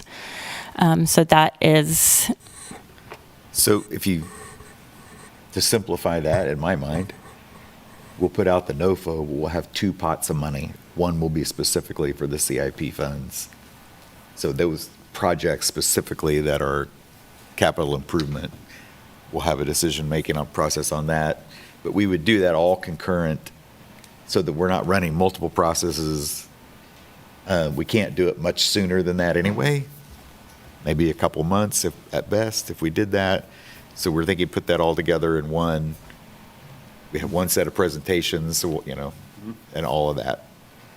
That's basically the idea. But those projects would be specifically capital improvement projects, building a road, putting in infrastructure, things that would normally be, what the city would consider CIP eligible. So you're staying with the standard definition of what constitutes CIP funding? I think so, yeah. Everybody okay with that? Does that sound like a plan? Yes, that's a plan. All right. Mr. Chair? Oh, yeah, go ahead. Sorry. Is it okay? So I think you probably mean specifically infrastructure, because when we build or fund the building of housing, that's also CIP or would fit under that. But I think what the intention is that this be for infrastructure for affordable housing. Is that correct? That would be correct, or enabling infrastructure for affordable housing. Let's say, I don't know, somebody needed a curb cut somewhere or something like that. I don't know. I don't know what it will be exactly, but it would be Sewer line. roads, sewers, that kind of stuff, not housing it's specific. Not housing. Okay, thank you. Yeah, go ahead, Phil. Can I ask why not? Why not, what? Why not housing? Well, they come from the CIP funds within the city, so I think they need to fall within the definition of what the city considers CIP in their CIP process. That's what I think, where I was lying. We have another $1 million to, I mean, I know what's generally considered to be CIP, and I guess I'm asking, given that we're talking about housing here, is there any possibility that we can't stretch the boundaries of what constitutes CIP? And is there a better, if we're trying to produce 20 units a year of housing, is there a better, a more expansive definition of CIP that would be beneficial to meeting goal number 1, which is to put more homeownership units on the ground? Maybe that's the best approach, is to stay with the standard CIP definition and fund a stretch of road, an access road or whatever. Maybe that's the best. But is it possible that a more expansive definition of CIP could produce something that would help us more? I think we could ask Leah to check with, the city and determine what their limitations on those funds are. Because I don't want to get outside of what their limitations are. And as long as they're okay with that, I'm sure as heck okay with that, okay? Okay. This is But I Leah. think we got to check that. This is Leah Rosen, Affordable Housing Administrator. Those CIP funds can be used to support anything that the AHAB normally funds, any affordable housing development, rehab. Just as Karen stated, we've had City of Lawrence go into supplementing the trust fund for the first several years, and those have been, I'm not sure if even the AHAB realized that there were CIP funds pooled with sales tax dollars. So yeah, so that has already been established, that CIP funds can be used for basically any of these goals. I'd like the city to actually say that. Yeah, I'd be concerned that we'd be spending CIP funds on housing vouchers or something like that. Oh, no. But, which, Yeah. I just think we got to know what the definition is. And as long as we have that definition. I am not Mr. Everyman, but we're working for the people out there, and they have a concept of what the capital improvement plan is. Right. And they have a concept of what housing is. I mean, they have some basic concepts that they walk around with every day. And I don't want to get all fired up about something because I don't think this is a big deal, but let's keep it so we can all understand it. Capital improvement, if we're doing some infrastructure to create 7 units when there were 2, or a split in the duplex lots so you can, that's a capital improvement that gets us housing above ground. I'm down with that, but let's don't get out of our lane on that. I mean, and again, the city won't let us, so Yeah. somebody needs to clarify that. All right, so Leah, can you clarify, get as clear as we can get? As clear as the mud gets. Yep. But yeah. Okay. So we okay with that, adding that from a process standpoint, adding it, whether it's a separate pot or goes into the big pot? Yep. We'll learn that next month. Okay. Only complication I can see is that some projects might require both. Right. And you could apply for both. But if one gets approved and one doesn't get approved, then it fails. Well, we have that all the time. We always run that risk. We have that all the time because we don't always fully fund people. So one of our questions is what happens if you don't get this funding? And usually the projects are scalable, or sometimes they've said we don't go. Right, thank you. So, yeah. But that is a question we try to cover because we never have enough money. as is evidenced by how many houses we brought out of the ground. Okay, This is Leah Rosen, Affordable Housing Administrator. Something for the board to consider is that according to our timeline for the Affordable Housing Trust Fund process for 2025, the AHAB should be reviewing and providing feedback on the draft NOFO documents at the next meeting on May 13th. And that needs to be approved at the June 10th meeting in order for that to go to City Commission for approval in June and to be released at the timeline that was approved.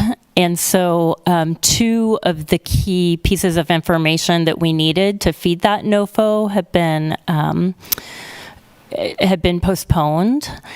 And so I'm looking for feedback from the board on how you would like to handle the draft NOFO and the timeline, if you'd like to consider revising the I've got timeline. a thought on that, but I'm Okay. happy to put these ideas. The key pieces are goals 1 and 2, or the strategies The strategies. strategies underneath goals 1 and 2 are now postponed, which means that your schedule is now off. Is that right? Could be. Could be. Could be off. Yeah. Okay. All right. Talk to us. I'm going to propose that everyone individually look at those strategies and submit edits to Sorry, Leah. Leah. That's all right. And we'll take a look at those and try to get those down in a form, take all those comments in the thing and try to get those put into a form that we could look at our next meeting. And then I need you to not necessarily be comfortable, but we need to come to a conclusion on those Get at it our done. next meeting. Need to get it done. We need to get it done, and we'll set some time aside, but we'll need to really be focused and hammer those out. But I want your edits first, so we can get all those ideas. I don't want new ideas when we come to that meeting. I want to have those ideas and have them on paper so we can basically get down to wordsmithing So, Monty, and making a few edits. Is that possible? by the 26th, maybe? I mean, I think you want to set some, Yeah, we'll need it by, I don't know, Leah, what do you think? I just put a lot of work on your plate. Sounds like an artificial intelligence problem to me, but Maybe not a lot of work, hopefully. When would we think we would need those, Leah, in the next week, by next Friday? I would say by the 26th would be great. 26th? Yeah. On all 7 goals? or- No, just on the first two strategies on 1 and 2. We've been through everything else Right. multiple times Okay, I thought we had. over the last, And we had the 8 racial months. equity mentioned in some previous, okay. okay, so by the 26th, 26th, have your edits. If you And we'll want to do edit it. anything or have suggested which should be plenty of time, that's 2 weeks. strategies. Friday, so, I mean, that's, Get them to Leah, and then she'll work some magic. Can you recirculate like a Word version? Something like that, Leah? Yes. That'd be awesome. Yeah. Thank you, Leah. We've had some updates today, too. Great idea. Okay, does that get you what we need there, even though I Yes, thank you, Monty. obligated you to a lot of work, Can I ask you a question? which I'm sorry for? Yeah. It makes sense to me. I'm just then looking at this May 13th draft of the NOFO. So is there a subgroup working on that? Because I'm thinking the priorities in the NOFO are usually something that we're looking at in terms of what we want to put out. So, or minimally, I'm saying then the board needs to be looking at the strategies and deciding which ones might be the priority when we put that NOFO out as well. So, again, I agree with that. And Yeah. in the notes I've made so far, the board needs to be looking at prioritizing the strategies under goals 1 and 2 as input into the NOFO. knowing that our resources are limited even with $300,000 in CIP funds in Right. there. So I knew you'd like that, Phil. Oh, thank you. Phil likes, Thanks for thinking of me. yeah, Phil wants buckets and he wants Yeah, us to yes, to him, true. but it's important and our resources are going to be Limited. limited this time. It's going to be a really different process with a lot of new board members. And I think it's important that when you're looking at that NOFO, that if there's a priority for you, that's something that we're going to weigh more heavily. It gets more points. Because otherwise, we'll get a lot of things that might be in the services realm or things that we feel we've already met on our goals on. And if houses being built is a priority, we're going to need to weigh that. in scoring. Okay. Everybody on board with Mr. that? Chair, Yeah. could Leah maybe also send out the NOFO documents while we're reviewing goals 1 and 2? We can also be looking at that and be prepared for our next month's meeting. She's nodding her head. Yes. I don't have the 2025 draft yet, but I can send out 2024 if that's okay. Yeah, or Will you have yeah, it linked in the agenda when you release the agenda? 2025. Yeah. Yeah. That to me is sufficient. I don't know if Karen wants it even sooner, but. No, I'm happy to wait. Okay. Thank you. Okay.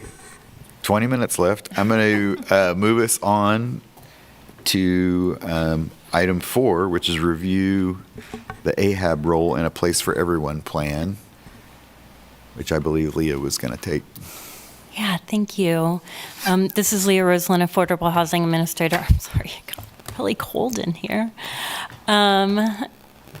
So I am going to, sorry, let me get my thoughts.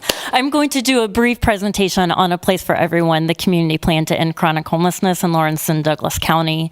As I said earlier, there are some AHAB members that have been a part of this process, involved in work groups and helping to develop and implement this plan since the beginning. And some are very new to this, and this is their first time perhaps being exposed. So I am going to do more of a high level. I am not going to go through the strategies of all of the goals just for the sake of time, and really focus today on the affordable housing strategies. Those other work groups would absolutely be happy to come back and present to the AHAB if that would be helpful. So, sorry. I'm actually gonna not do a slideshow. Well, hey Kurt, do you know if there's a way to do a slideshow and only show one side? Yeah, just fire it up and see what happens. My approach. I like that. Unplug it, plug it back in. Are you sharing? Eclipse glasses on. I thought I would need to share screen for Yeah. Zoom. Yeah, just go ahead and do it, and I'll just pick one of the screens and not the one that you don't want. Okay.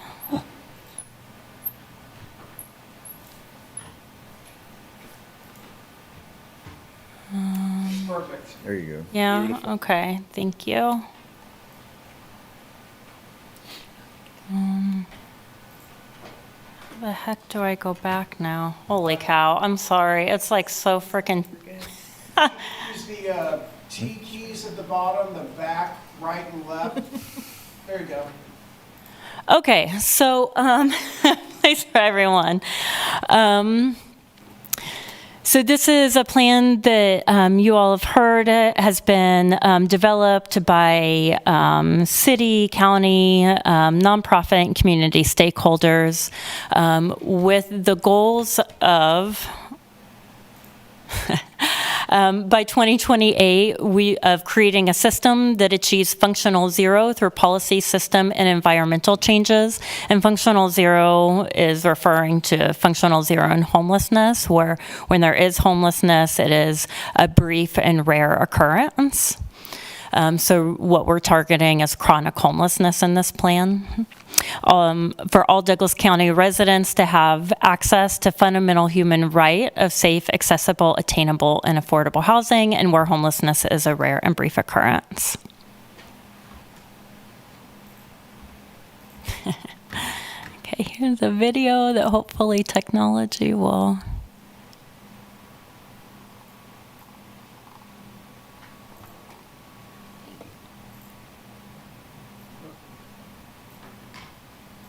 No.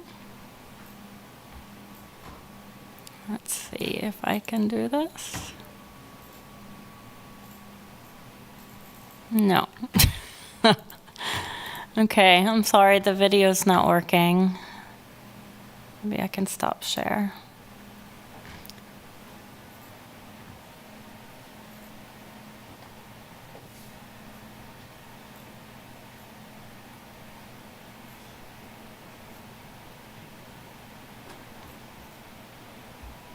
I'm sorry, friends. Thank you for bearing with me.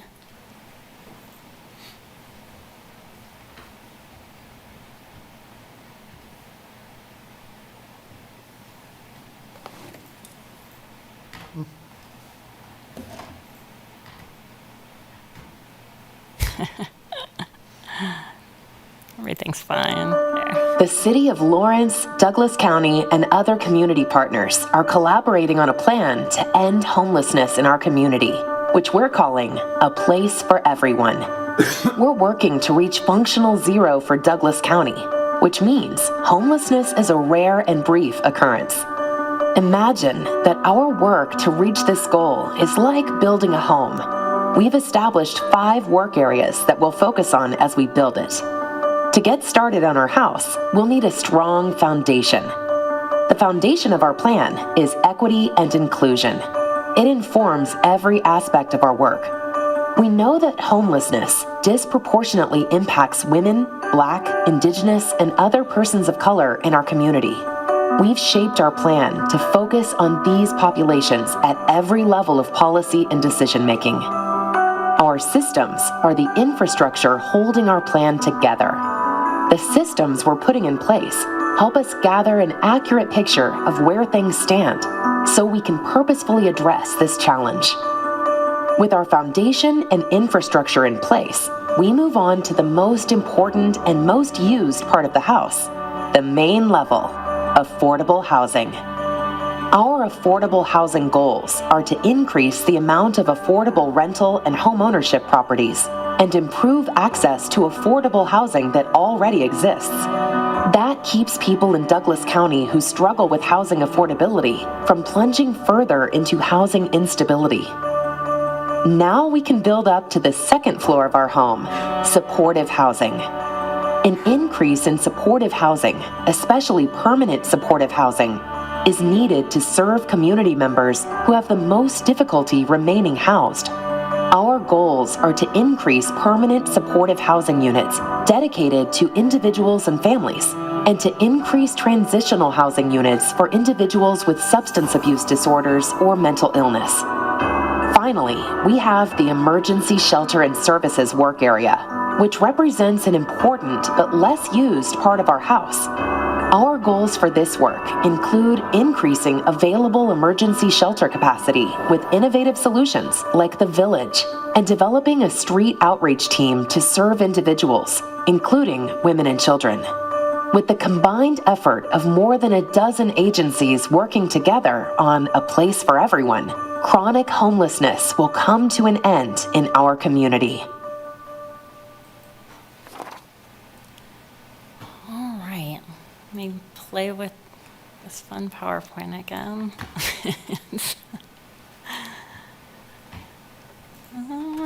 Okay.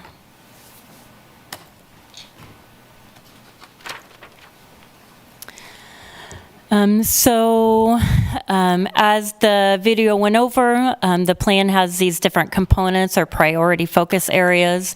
Hit the share button, please. Oh, I'm sorry. Thank you, Kurt.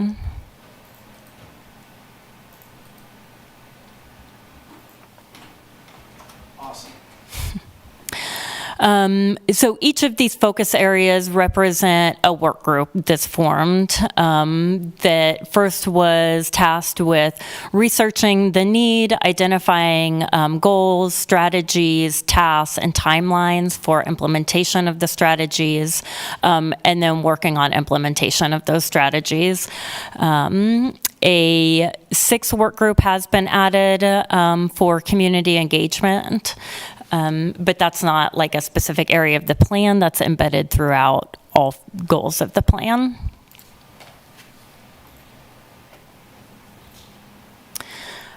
So like I mentioned, I'm just going to go over the affordable housing area. So this is just context that we provided to the community in terms of why we need affordable housing, why housing is so unaffordable. And that affordable housing is a solution to homelessness. It ties in not only economic prosperity, but is a basic human right, and again, is a solution to homelessness. So our goals for affordable housing in the plan, and this is countywide, by 2028, increase the supply of affordable rentals by 1,500. And we've designated some specific AMI targets for those rentals. So for 35% of those to be for households at 30% or below AMI, and for 65% of those to be at 30 to 60% AMI. The second goal is to increase the supply of affordable home ownership by 200, in which 50% would be 40 to 60% AMI and 50% would be 60 to 80% AMI.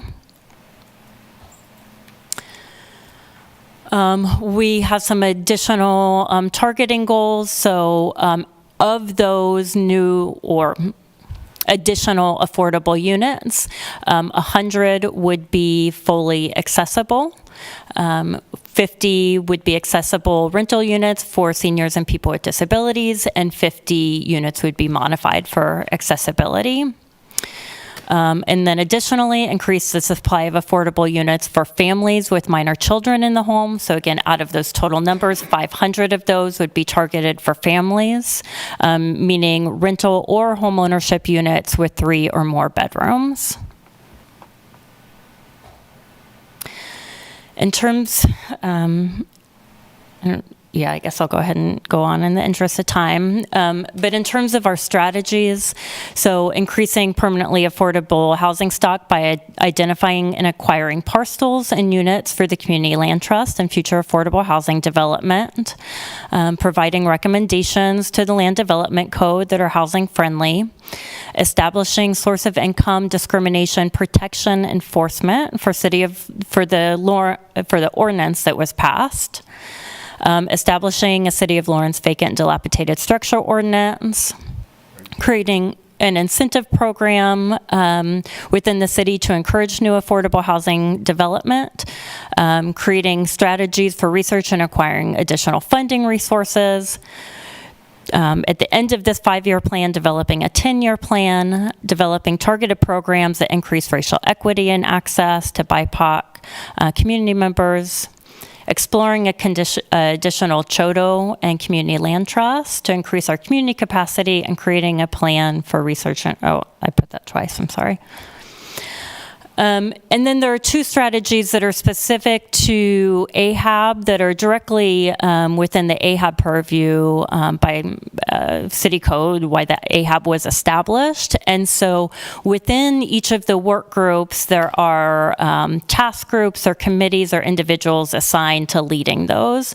And there are a couple that the AHAB is responsible for leading, and these are those. 1, providing grant subsidy for new development or rehab of units, prioritized and objectives. So additionally, using the Affordable Housing Trust funds to prioritize projects and developments that align with the goals as specified in the Place for Everyone plan.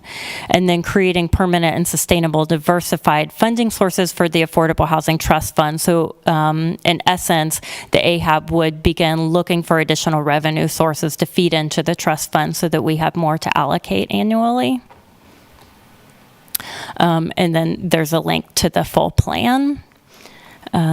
So I know we only have about 7 minutes left, but I'm happy to take any questions, or we can revisit this at the next meeting.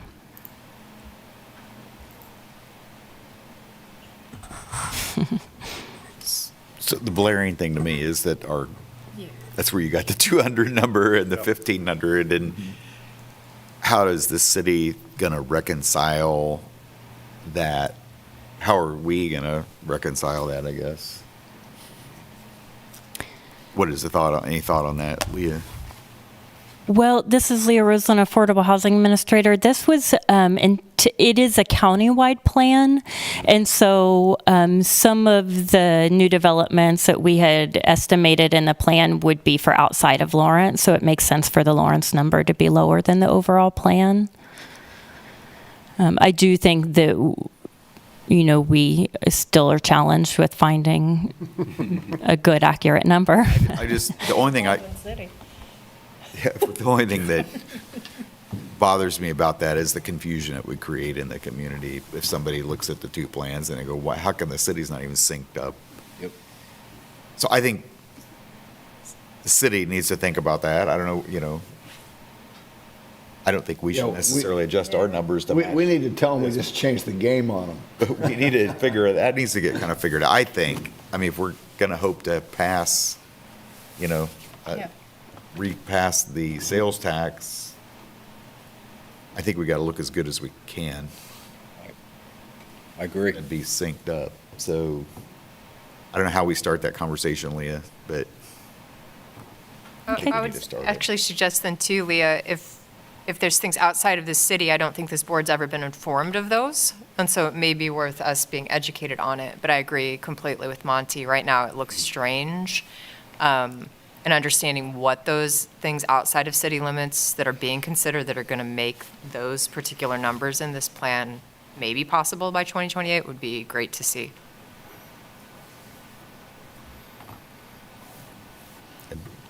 And the city can say, we don't care. Right. So It's their call. But I think there's an optic there that we need to, somebody needs to think about it. I think so too. Okay. Any other questions on the plan? Okay. Thank you, Leah. I think I have one more item before we go, and that is, Leah checked with everybody, and we can reconfigure and have our meeting at the table out here next month if we want to do that. Yay. Given that, you would not have these computer screens in front of us that some of us are using.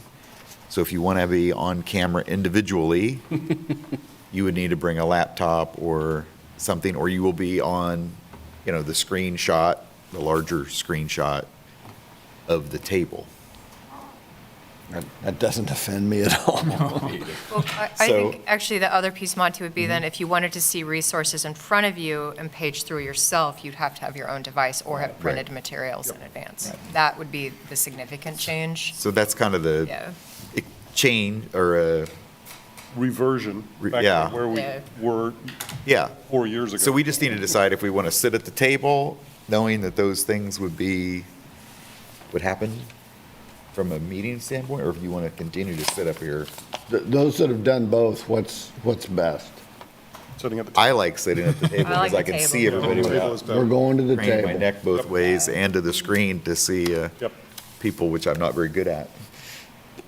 It just is, it'll be retraining Right. what you're seeing in front of you, or Yeah. sitting next to someone who has a laptop that you can look on screen or Got it. something like that. Yeah, and I'll probably bring my laptop and log into the meeting and I will too. do the same thing. As But will I will try. The table's way better. the table's way better. Agreed. Okay, we will move to the table. Clearly, the pandemic's I think over. it's coincidence. All right, with that, is there any other new business from? No new business. I just wanted, I'm curious about our missing members and wondering, especially since we have someone who's representing a population that we need to have present, if there's been a shout out to them, prompting them to come. We'd love to have that person be available for our next meeting too, knowing that you don't have any inventory, but other people's agency is. But since it's a person who represents city at large, that is it's a hard time to get 11 o'clock to 1 p.m. when you have a job that doesn't provide you the space to show up to these meetings. So just kind of wanted to make sure that person was available and they knew that they were, their email or something kind of hey, come on and join us. That was This is, radar as well, because we've had a couple missed meetings, so. so this is Leah Roslin, Affordable Housing Administrator. That new community at large member is a professor of public policy specializing in affordable housing at KU, and she has class at this time. And so that's why she hasn't been able to attend. She was appointed by the mayor and we're hoping that the schedule will align in the summer. But as of now, she is not available to attend the meetings. And I agree, she is a great asset. Our next meeting, hopefully occurring during finals week, might help. Yeah, if she doesn't have a final during that time. Right. Yeah. Okay, any other new business comments for the good? with that, we are adjourned. Thank you. Signify by leaving. That's good. Thank you for giving me Approval. Clips. For anyone, I'm sure. All right. Especially more organization is in support this time around. Should be okay.